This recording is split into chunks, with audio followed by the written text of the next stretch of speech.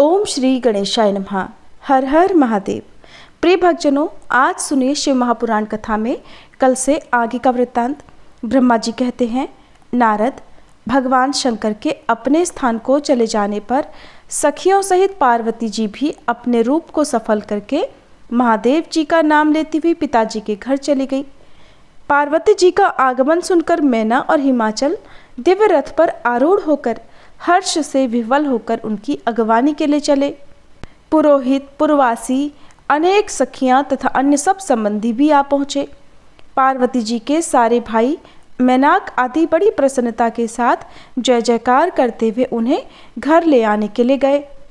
इसी बीच में पार्वती जी अपने नगर के निकट आ गईं।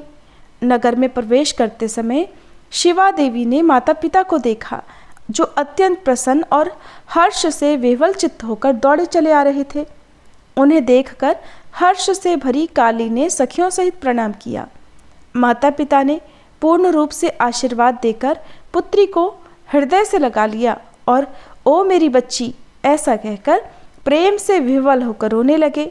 इसके बाद घर की दूसरी स्त्रियां तथा भाभियों ने भी बड़ी प्रसन्नता के साथ प्रेम पूर्वक उन्हें भुजाओं में भरकर भेंटा। देवी, तुमने अपने कुल का उद्धार करने वाले उत्तम कार्य को अच्छी तरह सिद्ध किया है। तुम्हारे सदाचरण से हम सब लोग पवित्र हो गए। ऐसा कहकर सब लोग हर्ष के साथ पार्वती जी की भूरी भूरी प्रशंसा करते हुए उन्हें प्रणाम करने लगे।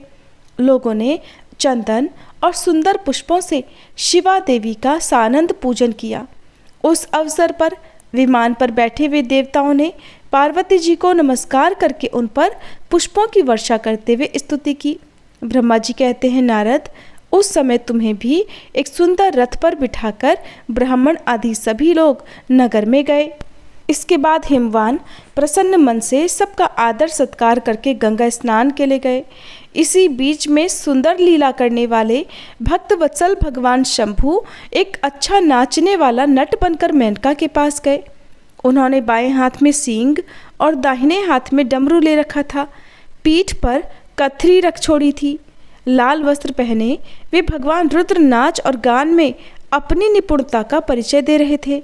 सुंदर नट का रूप धारण किए हुए भगवान शिव ने मेनका के पास बैठी हुई स्त्रियों की टोली के समीप सुंदर नृत्य किया और अत्यंत मनोहर नाना प्रकार के गीत गाए।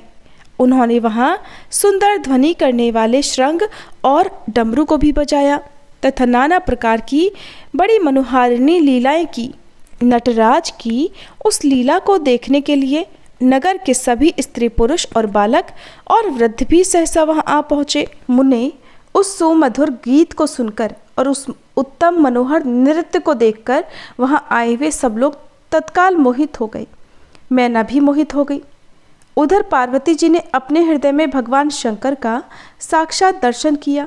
वे त्रिशूल आदि चिन्ह धारण किए अत्यंत सुंदर दिखाई देते थे। उनका सारा अंग विभूति से विभूषित था। वे हड्डियों की माला से अलंकृत थे। उनका मुख सूर्य, चंद्र और अग्नि रूप 3 नेत्रों से उद्भासित था। उन्होंने नाग का यज्ञोपवीत धारण किया था। उनके उस सुरम्य रूप को देखकर दुर्गा प्रेमावेश से मूर्छित हो गई। गौरवर्ण विभूषित दीन बंधु दया सिंधु और सर्वथा मनोहर महेश्वर पार्वती जी से कह रहे थे कि वर मांगो। तब अपने हृदय में विराजमान महादेव जी को इस रूप में देखकर पार्वती देवी ने उन्हें प्रणाम किया और मन ही मन ये वर मांगा कि आप मेरे पति हो जाइए। प्रीति युक्त हृदय से शिवा को वैसा कल्याणकारी वर देकर वे पुनः अंतर्ध्यान हो गए और वहाँ पहले की तरह भिक्षा मांगने वाले नट बनकर उत्तम नृत्य करने लगे। उस समय मैना देवी सोने की थाली में रखे हुए बहुत से सुंदर रत्न लेकर उन्हें प्रसन्नतापूर्वक देने के लिए गई। उनका वह ऐश्वर्य देखकर भगवान शंकर मन ही मन बड़े प्रसन्न हुए, परंतु उन्होंने उन रत्नों को स्वीकार नहीं किया। वे भिक्षा में उनकी पुत्री शिवा को ही मांगने लगे और पहले की तरह नृत्य करने लगे। मैना उस भिक्षुक नट की बात सुनकर अत्यंत क्रोधित हो उठी और उसे डांटने फटकारने लगी। उनके मन में उसे बाहर निकाल देने की इच्छा हुई। इसी बीच में गिरिराज हिमवान गंगा जी से स्नान करके लौट आए। उन्होंने अपने सामने उस नराकार भिक्षुक को आंगन में खड़े देखा। मैना के मुख से सारी बातें सुनकर ये भिक्षुक उनकी पुत्री को मांग रहा है, उन्हें भी बड़ा क्रोध हुआ।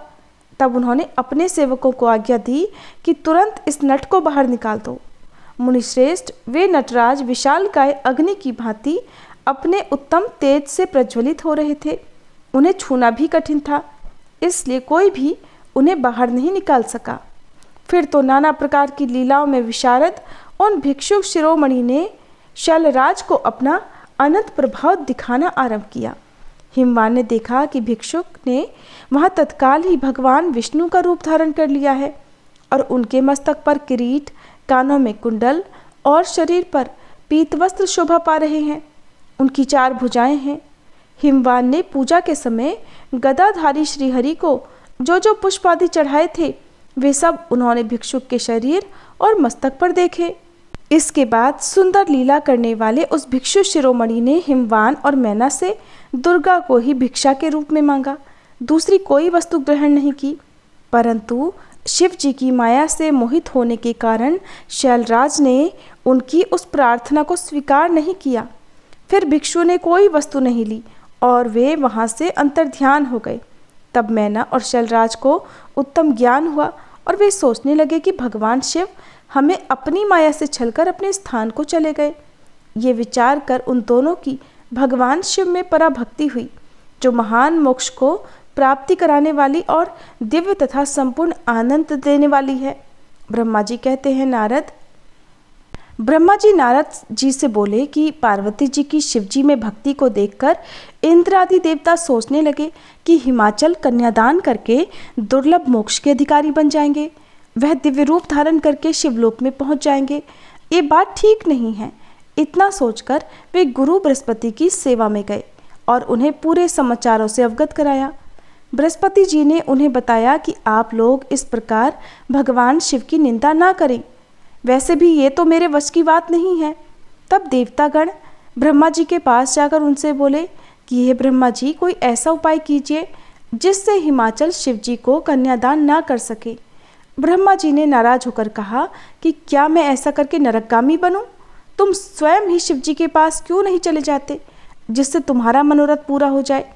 तब सभी देवता स्वयं ही भगवान शंकर के पास जाकर उनसे बोले, हे प्रभु, हम आपकी शरण में आए हैं, और उनसे अपनी शंकाओं को बताया। भगवान शंकर ने उनकी बात मान ली और वे स्फटिक माला पहनकर वैष्णव रूपी सन्यासी बनकर हिमाचल की सभा में गए। वे वहाँ शिवजी की निंदा करने लगे। इसका परिणाम ये हुआ कि मैना और हिमाचल ने शिव जी को कन्यादान न करने का निश्चय किया। जब ब्राह्मण वेशधारी ने शिव जी की निंदा की तो मैना घबरा गई और उन्होंने पार्वती जी का विवाह शिव जी के साथ न करने का निश्चय कर लिया। वह बोली, मैं अपनी पुत्री को समुद्र में बहा सकती हूँ, परंतु शिव जी को अपनी कन्या नहीं दूंगी। इतना कहकर मैना विलाप करने लगी। उधर भगवान शिव ने कैलाश पर पहुंचकर सब ऋषियों को बुलाकर कहा कि मैं पार्वती की तपस्या से प्रसन्न हूँ और वह मेरी अर्धांगिनी बनने योग्य हैं, परंतु हिमाचल इसके लिए तैयार नहीं है।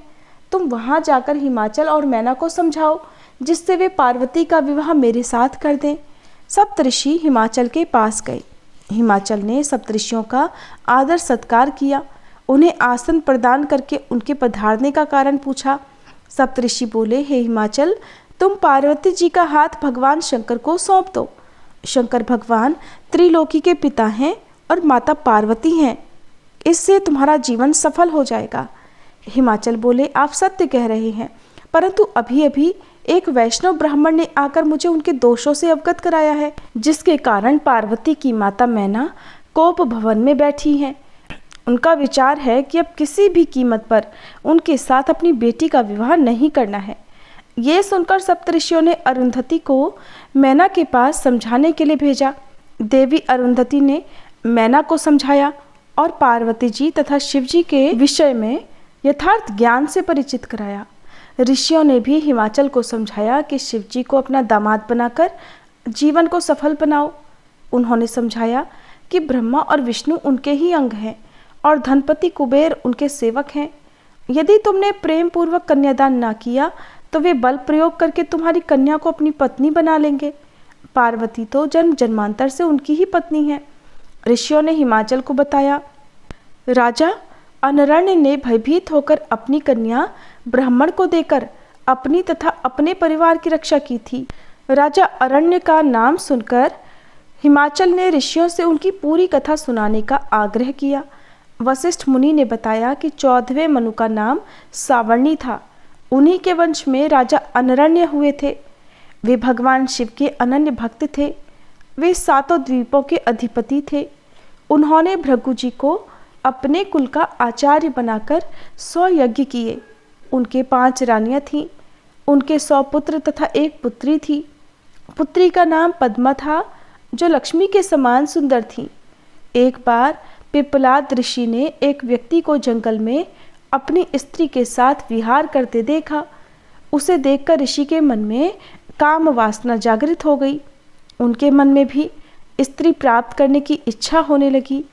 एक दिन ऋषि पिप्पलाद ने पुष्पभद्रा नदी पर राजा अनरण्य की कन्या पद्मा को देखा और वे उस पर मोहित हो गए। आसपास के व्यक्तियों ने उनकी हंसी उड़ाते कहा कि ये तो राजा की कन्या है, आप उनसे अपने लिए मांग लो। लोगों की बात सुनकर ऋषि लज्जित हो गए। ऋषि ने शीघ्रता से स्नान किया और राजा के दरबार में गए। राजा से राजकुमारी का हाथ मांगा। ये सुनकर राजा चुप रह गए। कुछ देर बाद राजा से ऋषि ने फिर कहा कि अपनी पुत्री का विवाह मुझसे कर दो, नहीं तो कुल सहित तुम्हारा नाश कर दूंगा। मुनि के धमकाने पर राजा रोने लगा। राजा विचारने लगा कि इस बूढ़े ऋषि को कन्या कैसे दी जा सकती है। उसी समय राजपुरोहित तथा राजगुरु वहां आए। उन्होंने राजा को समझाया कि कन्या का विवाह तो करना ही है, अतः कुल की रक्षा के लिए इस ब्राह्मण को ही कन्या दे दी जाए। राजा ने राजगुरु के समझाने पर अपनी कन्या का हाथ ऋषि को पकड़ा दिया। पद्मा के साथ ऋषि पिप्पलाद विवाह करके अपने आश्रम पर चले गए। राजा भी राज्य को त्याग कर वन को चले गए। इस गम में रानी की मृत्यु हो गई और राजा का बड़ा बेटा कीर्तिमान राज्य करने लगा। हे हिमाचल, जिस तरह अनरण्य ने मुनि को कन्या देकर अपने कुल की रक्षा की थी, अतः तुम भी अपनी कन्या को शिवजी को देकर सभी देवताओं को अपने अधीन कर लो। राजा हिमाचल पिप्पलाद की कथा सुनकर आगे की कथा जानने की इच्छा करने लगे कि ऋषि पिप्पलाद और पद्मा का जीवन किस प्रकार व्यतीत हुआ। तब वशिष्ठ मुनि ने बताया कि पिप्पलाद मुनि अत्यंत वृद्ध थे। उनके मुंह के दांत टूट चुके थे, मुख पर झुर्रियां पड़ रही थी, कमर भी झुक गई थी, चलने से पांव कांपते थे। वृद्ध मुनि पिप्पलाद पद्मा के साथ अपनी कुटिया पर जीवन बिताने लगे। एक दिन पद्मा स्वर्णादा नदी पर स्नान करने के लिए गई। वहां पर उसकी परीक्षा लेने के लिए धर्मराज एक सुंदर राजकुमार का रूप धरकर आए। वे पद्मा से बोले, हे सुंदरी, तुम तो महारानी बनने के योग्य हो, तुम पिप्पलाद मुनि के लायक नहीं हो और ये बूढ़ा ऋषि तो अधिक समय तक जीवित भी नहीं रहेगा, इसलिए इस बूढ़े को छोड़कर मेरे साथ चली चलो। इतना कहकर वह पद्मा का हाथ पकड़ने को आगे बढ़ा। पद्मा क्रोध में भरकर उससे बोली, हे पापी दुष्ट राजकुमार, दूर हट, तुम कामांध हो रहे हो। मैं एक पतिव्रता नारी हूँ, यदि तू मुझे बुरी दृष्टि से देखेगा तो नष्ट हो जाएगा। पद्मा के इस श्राप को सुनकर धर्मराज अपने असली रूप में प्रकट होकर बोले, मैं तो तुम्हारी परीक्षा लेने आया था। मैं तो हमेशा पर स्त्रियों को अपनी माता समझता हूँ। अब आपने मुझे श्राप दे दिया, अब मेरा क्या होगा। तब पद्मा बोली, हे धर्मराज, आपने ऐसा क्यों किया। मेरा श्राप असत्य नहीं हो सकता, क्योंकि पतिव्रता नारी का श्राप कभी झूठा नहीं होता, चाहे आकाश, तारे, वायु, पृथ्वी आदि नष्ट हो जाएं। अस्तु धर्म, तुम 4 पाद वाले बनोगे। सतयुग में 4, त्रेता में 3 और द्वापर में 2 पाद रहेंगे। कलयुग में तुम्हारा एक भी पाद नहीं होगा। कलयुग के पश्चात फिर से सतयुग आने पर तुम्हारे 4 पाद हो जाएंगे। यह सुनकर धर्मराज प्रसन्न हो गए और पद्मा से कहा, हे पतिव्रता पद्मा, तुम धन्य हो। तुम्हारा अपने पति के चरणों में प्रेम हमेशा बना रहे। अब मेरे आशीर्वाद से तुम्हारा पति यौवन को प्राप्त करेगा और उनका यह यौवन स्थिर रहेगा। वे मार्कंडेय ऋषि की तरह दीर्घायु वाले बनेंगे। तुम्हें अपने पति से 10 पुत्र प्राप्त होंगे। इस प्रकार पद्मा को आशीर्वाद देकर धर्म चले गए और पद्मा ने घर आकर अपने पति को युवक रूप में पाया और फिर बहुत वर्षों तक सुख प्राप्त करके 10 पुत्रों को जन्म दिया। इस कथा को सुनकर हिमाचल सप्तऋषियों से बोले, हे ऋषियों, अब मेरे मन का संदेह समाप्त हो गया है। मेरी प्रत्येक वस्तु, धन संपत्ति, स्त्री, पुत्र, कन्या और मेरा शरीर सब कुछ शिव जी के चरणों में अर्पित है। अब मैं पार्वती का विवाह शिव जी के साथ करने को तैयार हूँ। ये मेरा दृढ़ संकल्प समझो। तब सप्तऋषि आनंद मगन होकर पार्वती जी तथा हिमाचल को आशीर्वाद देकर देवी अरुंधति के साथ भगवान शंकर के पास कैलाश पर लौट आए। शिव जी को उन्होंने समस्त समाचारों से अवगत कराया और उनसे कहा कि अब आप विवाह की तैयारी करें और इस विवाह में समस्त देवताओं को निमंत्रण भेजें। सप्तऋषियों के चले जाने के बाद इधर हिमाचल ने गर्ग मुनि से लग्न पत्रिका लिखवाकर भगवान शंकर के यहाँ भिजवाई। भगवान शंकर ने लग्न पत्रिका बनाने वाले पुरोहित का उचित आदर सत्कार किया।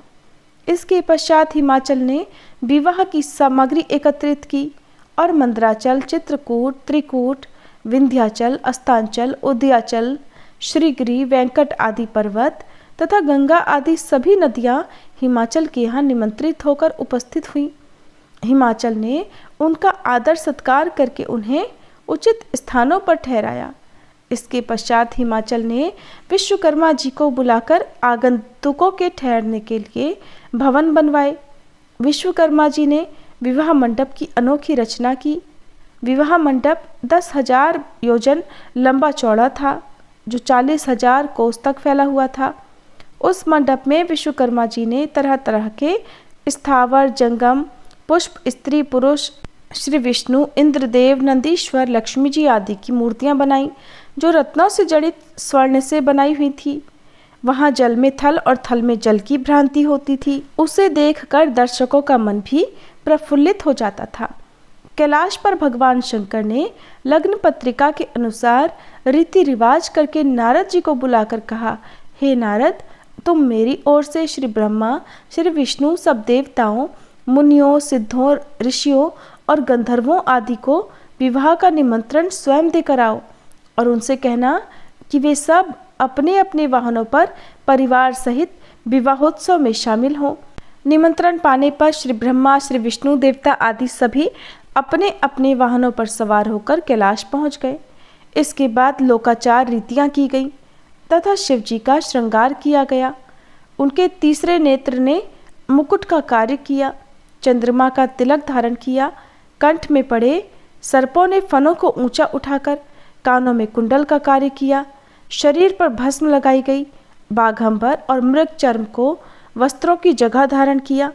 इसके बाद श्री विष्णु ने कहा, अब आप गुह्य सुना विधि से विवाह करें, जिससे आगे भी लोक में इस विधि का अनुसरण हो सके। शिव जी ने ऐसा ही किया।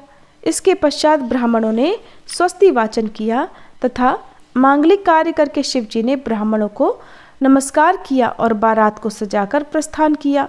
महादेव जी ने अपने नंदीश्वर इत्यादि गणों को चलने की आज्ञा दी और कुछ के यहाँ रक्षा के लिए ठहरा दिया। उस समय गणों के स्वामी असंख्य गणों को साथ लेकर चले। कटाक्ष के साथ 10 करोड़ और विकृत के साथ 8 करोड़ और विश्रंभ के साथ भी 8 करोड़ गण चले। श्री विष्णु भगवान अपने वाहन गरुड़ पर चढ़कर बारात के मध्य में चलने लगे। ब्रह्मा जी भी वेद पुराण आदि धारण कर सनक तथा प्रजापतियों के साथ चलने लगे। शिव जी के साथ चंडी देवी उनकी बहन बनकर सिर पर स्वर्ण का कलश लेकर अपने परिवार के साथ चलने लगी। वह भी विलक्षण चरित्र करती हुई सब गणों को आगे करके चलने लगी। भगवान शंकर ने श्री विष्णु जी की सलाह पर नारद जी को हिमाचल के पास भेजा। नारद जी ने हिमाचल के यहाँ पहुंचकर विश्वकर्मा जी द्वारा बनाए मंडप को देखा। उसे देखकर नारद जी अपनी सुध-बुध खो बैठे। वहां पर हिमाचल के पुत्र मैनाक के साथ नारद जी बारात की अगवानी करने के लिए आ गए। नारद जी मंडप की विचित्रता और मायापूर्ण रचना का वर्णन करने लगे। अब देवराज इंद्र डरने लगे कि मैंने त्वष्टा के पुत्र को मार दिया था और पर्वतों के पंख काट दिए थे। इंद्र सोचने लगे कि मेरे ऊपर कोई बदले की भावना से प्रहार न कर दे। तब श्री विष्णु ने इंद्र का डर दूर करते हुए कहा कि शंकर जी के साथ होने से हमें हिमाचल की माया को कोई डर नहीं है। तब हिमाचल के पुत्रों को आगे करके सभी देवता भगवान शंकर के साथ हिमाचल के यहाँ पहुँचे। बारात के आने पर हिमाचल पर्वतों को साथ लेकर अगवानी के लिए आगे आए। बारात की भव्यता को देखकर हिमाचल आश्चर्यचकित रह गए। जिस तरह पूर्व और पश्चिम के समुद्र आपस में मिलते हैं, उसी तरह पर्वत और देवता आपस में मिले। भगवान शिव जी की आज्ञा से सभी को उचित स्थानों पर ठहराया गया। इसके बाद हिमाचल ने अपने पुत्रों को भेजकर शिव जी को मिलने की इच्छा से बुलाया। इस पर शिव जी सभी देवताओं को साथ लेकर सज धज कर मिलने के लिए गए। मैना ने भी शिव जी को देखने की इच्छा प्रकट की। मैना हिमाचल से बोली कि मैं शिव जी की अनुपम छटा को देखना चाहती हूँ कि उनका रंग रूप कैसा है। इधर भगवान शंकर मैना की इच्छा को जान गए। देवगणों से सुसज्जित बारात आगे चल रही थी। उसमें अप्सराएं आदि नृत्य कर रही थी। मैना ने श्री विष्णु को देखकर नारद जी से पूछा कि क्या ये ही शिव जी हैं? नारद जी ने पीछे से आती हुई भूतों और गणों की टोली में भगवान शिव जी को मैना को दिखाया।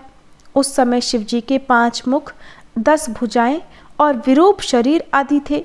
शिव जी को देखकर मैना तो भयभीत हो गई और मूर्छित होकर पृथ्वी पर गिर पड़ी। मैना को मूर्छित देखकर अनेक दासियां दौड़कर आईं और अनेक उपचार करने लगी। होश आने पर वे फिर रोने लगी और अपने पुत्रों पुत्रियों नारद सप्तऋषियों आदि की निंदा करने लगी, क्योंकि उन्होंने ही पार्वती को शिव जी को प्राप्त करने के लिए उकसाया था। मैना बोली, अब मैं क्या करूं? मुझे ये कौन सा दुखमय फल प्राप्त हुआ है? लोग मुझे क्या कहेंगे कि मैंने किसको अपनी कन्या सौंप दी? तब नारद जी ने मैना को समझाया कि तुमने शिव जी का स्वरूप देखा ही कहाँ है। तुमने तो जो ये देखा था वो तो उनकी लीला मात्र है, इसलिए तुम क्रोध को छोड़कर कार्य प्रारंभ करो। इसके बाद मैना को इंद्रादिक लोकपालों ने समझाया। मैना का क्रोध और बढ़ गया और वह बोली, मैं शिव जी के साथ पार्वती का विवाह बिल्कुल नहीं करूँगी। अब हिमाचल ने मैना को समझाया कि देखो, हमारे घर पर सभी देवता और ऋषियों का पदार्पण हो चुका है, उनके साथ ऐसा व्यवहार ना करो। तुम भगवान शंकर के भयंकर रूप को देखकर डर गई हो। वे तो अनेकों रूपधारी हैं, वे संसार के कर्ता हैं, जगत के स्वामी हैं। इस पर मैना बोली, हे स्वामी, पार्वती का शिव के साथ विवाह नहीं होगा। मैं उसके गले में रस्सी बांधकर ऊंचे स्थान से नीचे गिरा दूंगी। मैं अपने प्राणों को भी त्याग दूंगी, लेकिन शिव जी के साथ उसका विवाह नहीं करूंगी। अब श्री विष्णु ने मैना को समझाया। श्री विष्णु के द्वारा समझाने पर मैना का मन कुछ शांत हुआ और वह बोली, मैं शिव के साथ पार्वती का विवाह तभी करूंगी जब वे अपना वास्तविक रूप धारण करके आएंगे। ब्रह्मा जी बोले, हे नारद, तब मैंने तुम्हें और विष्णु जी को शिव जी के पास भेजा। तुम दोनों के द्वारा भांति भांति से शिव जी की स्तुति करने पर उन्होंने अपना अद्भुत और सुंदर रूप ग्रहण किया। इसके बाद नारद ने मैना से कहा, अब तुम भगवान शिव का वास्तविक रूप देख सकती हो, वे तुम्हारे घर में ही आ रहे हैं। तब मैना ने देखा कि भगवान शिव का स्वरूप तो बड़ा ही मनोहारी है। वे करोड़ों सूर्यों के समान प्रकाशित हैं। उन्होंने भड़कीले वस्त्र और रत्न जड़ित आभूषण पहन रखे हैं। मैना ने देखा कि वे मंद मंद मुस्कुरा रहे हैं और उनके कमल के समान नेत्र हैं। वे श्वेत शरीर वाले नंदी पर सवार हैं। उनके मस्तक पर चंद्रमा विराजमान है। विष्णु आदि उनकी सेवा में संलग्न हैं। सिर पर सूर्य ने छत्र धारण कर रखा है और गंगा यमुना चंवर डुला रही हैं। विश्वावसु और अप्सराएं शिव जी के आगे गान कर रही हैं। मैना शिव जी का यह रूप देखकर बहुत प्रसन्न हुई और कहने लगी, हे मेरी पुत्री पार्वती, तुम धन्य हो, तुम्हारा तप धन्य है। फिर बोली, हे भगवान, मेरा अपराध क्षमा करना, मैंने आपकी भारी निंदा की थी। सभी पूर्ववासी महिलाओं ने फिर भगवान शिव के दर्शन किए। अक्षत और चंदन से उनकी पूजा की गई। सभी महिलाएं अपने घरों के कार्यों को अधूरा छोड़कर उनके दर्शनों को आईं। वे सब पार्वती जी के भाग्य की सराहना करने लगीं कि पार्वती साक्षात भगवान की पत्नी बनने जा रही हैं। सभी ने शिव जी पर पुष्पों की वर्षा की। अब भगवान शंकर की बारात हिमाचल के घर के आगे पहुंच गई। मैना ने झट से घर के अंदर पहुंचकर आरती का थाल सजाकर अन्य स्त्रियों के साथ उनसे मिलने आई। भगवान शंकर की शोभा करोड़ों कामदेव के समान थी। वे सुंदर श्वेत वर्ण त्रिनेत्रधारी थे। सुगंधित मालती के पुष्पों की माला धारण किए, रत्न जड़ित मुकुट पहने, मणि जड़ित कड़े हाथों में धारण किए तथा रत्न जड़ित स्वर्ण के आभूषण पहने, विविध प्रकार के विचित्र चमकीले वस्त्र पहने, चंदन अगर कस्तूरी से सुगंधित तरुण स्वरूपधारी, मंद मंद मुस्कान करते हुए सर्वांग सुंदर भगवान शंकर के इस प्रकार मैना ने दर्शन किए। मैना की प्रसन्नता का कोई ठिकाना न रहा। मैना ने प्रेम पूर्वक उनकी आरती उतारी। उसके पश्चात पार्वती श्रृंगार से युक्त होकर कुल देवताओं का पूजन करने के लिए निकली। इधर हिमाचल ने भगवान शंकर का उपवीत संस्कार कराया और फिर पार्वती जी को वैदिक रीति से स्नान कराया गया तथा शिव जी द्वारा प्रदान किए गए वस्त्रों और आभूषणों को पहनाया गया।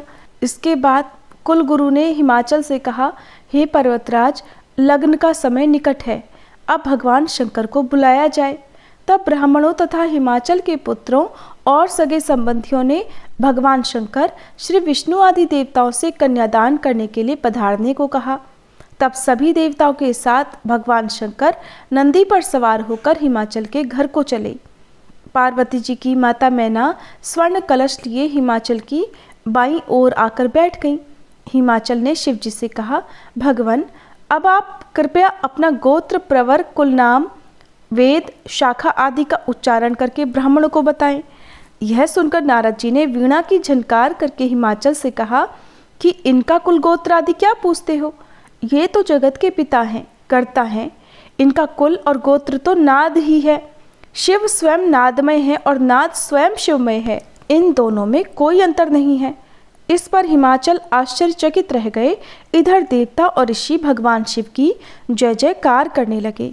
इसके पश्चात संकल्प पूर्वक हिमाचल बोले, हे समस्त संसार के ईश्वर भगवान शंकर, मैं आपको अपनी पुत्री का कन्यादान करता हूँ।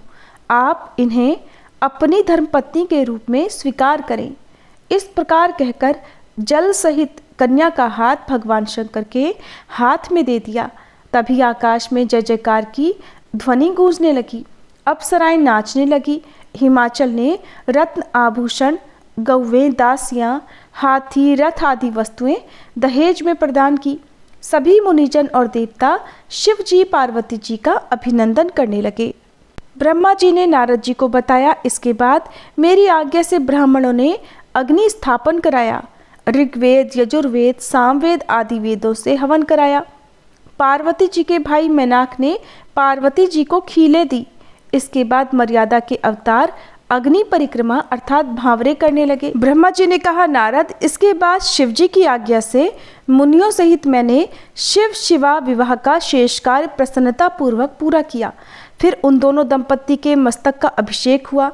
ब्राह्मणों ने उन्हें आदर पूर्वक ध्रुव का दर्शन कराया। इसके बाद हृदयालंबन का कार्य हुआ। फिर बड़े उत्साह के साथ स्वस्ति वाचन किया गया। इसके पश्चात ब्राह्मणों की आज्ञा से शिव ने शिवा के सिर में सिंदूर दान किया। उस समय गिरिराज नंदनी उमा की शोभा अद्भुत और अवर्णनीय हो गई। फिर ब्राह्मणों के आदेश से वे शिव दंपत्ति एक आसन पर विराजमान हो भक्तों के चित्त को आनंद देने वाली शोभा पाने लगे। इस प्रकार विधि पूर्वक उस वैवाहिक यज्ञ के पूर्ण हो जाने पर भगवान शिव ने मुझ लोक सृष्टा ब्रह्मा को पूर्ण पात्र दान किया। फिर शंभु ने आचार्य को गोदान किया। मंगलदायक जो बड़े बड़े दान बताए गए हैं वे भी सहर्ष संपन्न किए गए। और फिर बहुत से ब्राह्मणों को पृथक पृथक 100 स्वर्ण मुद्राएं दी। करोड़ों रत्न दान दिए गए और अनेक प्रकार के द्रव्य बांटे। उस समय सब देवता तथा दूसरे दूसरे चराचर जीव मन में बड़े प्रसन्न हुए और जोर जोर से जय जयकार की ध्वनि होने लगी। सब और मांगलिक शब्द और गीत होने लगे। वाद्यों की मनोहर ध्वनि सबके आनंद को बढ़ाने लगी। इसके बाद श्री विष्णु, मैं, देवता, ऋषि तथा अन्य सब लोग गिरिराज से आज्ञा लेकर बड़ी प्रसन्नता के साथ शीघ्र ही अपने अपने डेरे में चले आए। उस समय हिमालय नगर की स्त्रियां आनंद मगन हो शिव और पार्वती को लेकर कोहबर में गईं। वहां उन सब ने आदर पूर्वक वर वधू से लोकाचार का संपादन कराया। उस समय उन नूतन दंपत्ति को देखने के लिए 16 दिव्य नारियां बड़े आदर के साथ शीघ्रता पूर्वक वहां आई। उनके नाम इस प्रकार हैं: सरस्वती, लक्ष्मी, सावित्री, गंगा, अदिति, शची, लोपामुद्रा, अरुंधति, अहिल्या, तुलसी, स्वाहा, रोहिणी, पृथ्वी, शतरूपा, संज्ञा तथा रति। ये देवांगनाएं तथा मनोहारिणी देवकन्या, नागकन्या और मुनि कन्याएं भी वहां आ पहुंची। उन्होंने जितनी स्त्रियां उपस्थित थी उन सब की गणना करने में कौन समर्थ है। उनके दिए हुए रत्नमय सिंहासन पर भगवान शिव प्रसन्नतापूर्वक बैठे। उस समय उन्होंने शिव जी से नाना प्रकार की विनोदपूर्ण बातें कही। इसके बाद प्रसन्नचित्त हुए महेश्वर ने अपनी पत्नी के साथ मिष्ठान भोजन और आचमन करके कपूर डाला हुआ पान खाया। इसी अवसर पर अनुकूल समय जान प्रसन्न हुई रति कामदेव की भस्म एक पोटली में लेकर भगवान शिव जी की शरण में आकर कहने लगी, हे प्रभु, आपके इस विवाह से समस्त चराचर जगत तथा सभी स्त्रियां प्रसन्न हो रही हैं, फिर मैं ही बिना पति के क्यों दुखी रहूं। रति ने रुदन प्रारंभ कर दिया। उनके रुदन से द्रवित होकर सरस्वती, लक्ष्मी आदि स्त्रियां शिव जी से प्रार्थना करने लगी कि कामदेव को पुनर्जीवित कर दें, इससे आप भी रति विहार का सुख प्राप्त कर सकेंगे। उनकी प्रार्थना सुनकर भगवान शंकर की दृष्टि उस पोटली पर पड़ी जिसमें कामदेव की भस्म थी। भगवान शिव की कृपा दृष्टि पड़ते ही कामदेव जीवित हो गए। कामदेव ने उठकर भगवान शिव के चरणों में प्रणाम किया। शिव जी ने कामदेव से वरदान मांगने को कहा। तब कामदेव ने कहा, प्रभु, आप मुझे अपने चरणों की भक्ति प्रदान करें और आपके भक्तों में मेरा अनुराग बना रहे। शिव जी बोले, मैं अब तुम पर अति प्रसन्न हूँ। अब तुम निर्भय होकर विचरण करो और श्री विष्णु के पास बैठो। हिमाचल के प्रेम और आदर सत्कार को देखकर भगवान शिव अति प्रसन्न हुए और उनसे बोले, हे हिमाचल, तुम धन्य हो, तुम धर्म की मूर्ति हो। तुम्हारे पास रहते बहुत दिन हो गए हैं, अब हम जाना चाहते हैं। परंतु हिमाचल ने भगवान शिव को 2 दिन के लिए और रोक लिया। फिर 2 दिन के पश्चात सप्तऋषियों के द्वारा देवताओं ने हिमाचल से कहलवाया कि भगवान शंकर ने आज अब जाने का निश्चय कर लिया है तथा देवता भी अपने अपने निवास स्थान को जाना चाहते हैं। तब मैना ने शिव जी को बुलाकर पार्वती जी को उन्हें भेंट किया और बोली कि मेरी पुत्री पार्वती आपकी जन्म जन्मांतरों की दासी है। ये आपकी सेवा करती रहेगी, इसका ध्यान रखना। इसे आपकी निंदा में बहुत व्याकुलता होती है। इसे संसार का आपके अतिरिक्त और कोई ज्ञान नहीं है। इतना कहकर मैना की आंखों में आंसू आ गए और इस पर भगवान शंकर ने मैना को बार बार समझाया। फिर सप्तऋषियों के कहने पर हिमाचल ने मैना से पार्वती जी को विदा करने के लिए कहा। मैना ने पार्वती जी का श्रृंगार किया। इसके बाद एक ब्राह्मण पत्नी ने पार्वती जी को स्त्री धर्म समझाया कि पत्नी को प्रतिदिन पति के बाद भोजन करना चाहिए, पति के शयन करने के पश्चात सोना चाहिए, पति से कभी मुंह जोरी ना करे, पति की आज्ञा का पालन करे, पतिव्रता को कभी द्वार पर नहीं खड़े होना चाहिए, पराए घर में बिना कारण नहीं बैठना चाहिए, पति के काम की वस्तुओं को संभाल कर रखें, घर के कामकाज में चतुर होना चाहिए, पति की आज्ञा के बिना तीर्थ यात्रा पर न जाएं, पति की आज्ञा लेकर ही उपवास रखना चाहिए, सोते उठते बैठते कभी भी पति को ना सताएं, वृद्ध, रोगी, धनहीन या गरीब पति कैसा भी हो उसका त्याग ना करें तथा पति की निंदा ना करें, शूद्र और व्याभिचारिणी स्त्रियों से सदैव दूर रहें, दुख अथवा सुख किसी भी स्थिति में पति से विमुख ना रहें, पति को श्री विष्णु ब्रह्मा महेश से बड़ा समझें, पति से कभी ऊंची आवाज़ में ना बोलें। इसी तरह सास, ससुर, जेठ, जेठानी आदि बड़ों से कभी ऊंची आवाज़ में ना बोलें और न जोर से हंसना चाहिए। हे पार्वती, तीनों देवों श्री ब्रह्मा, श्री विष्णु और महेश की प्रार्थना पर अत्रि मुनि की पत्नी से श्राप द्वारा वराह से मरे हुए एक ब्राह्मण को पुनर्जीवित कर दिया था। तुम तो सर्वश्रेष्ठ हो तथा संसार का कल्याण करने वाली हो, तुम सब जानती हो। ये शिक्षा तो मैंने लोकोपचार के लिए दी है। इस पर ब्राह्मणी उपदेश देकर तथा उन्हें आशीर्वाद देकर वहीं पर बैठ गईं।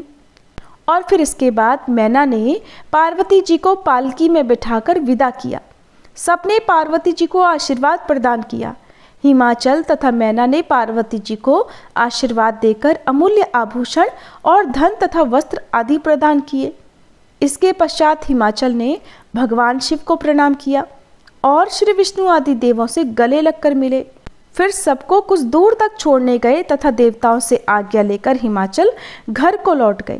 इसके पश्चात भगवान शंकर सभी के साथ कैलाश पर आ गए और वहां पर लोक रीति के अनुसार सभी बारातियों को स्वादिष्ट भोजन कराया गया। फिर सभी देवता शिव जी से आज्ञा लेकर और उन्हें प्रणाम कर अपने अपने लोकों को प्रस्थान कर गए। इस प्रकार भगवान शिव का देवी पार्वती जी के साथ कैलाश गमन हुआ। और इस प्रकार से आज की शिव महापुराण कथा का ये प्रसंग यहीं पर समाप्त हुआ। सभी प्रेम से बोलिए आदि शक्ति माँ भवानी की जय, शिव शंकर भगवान की जय।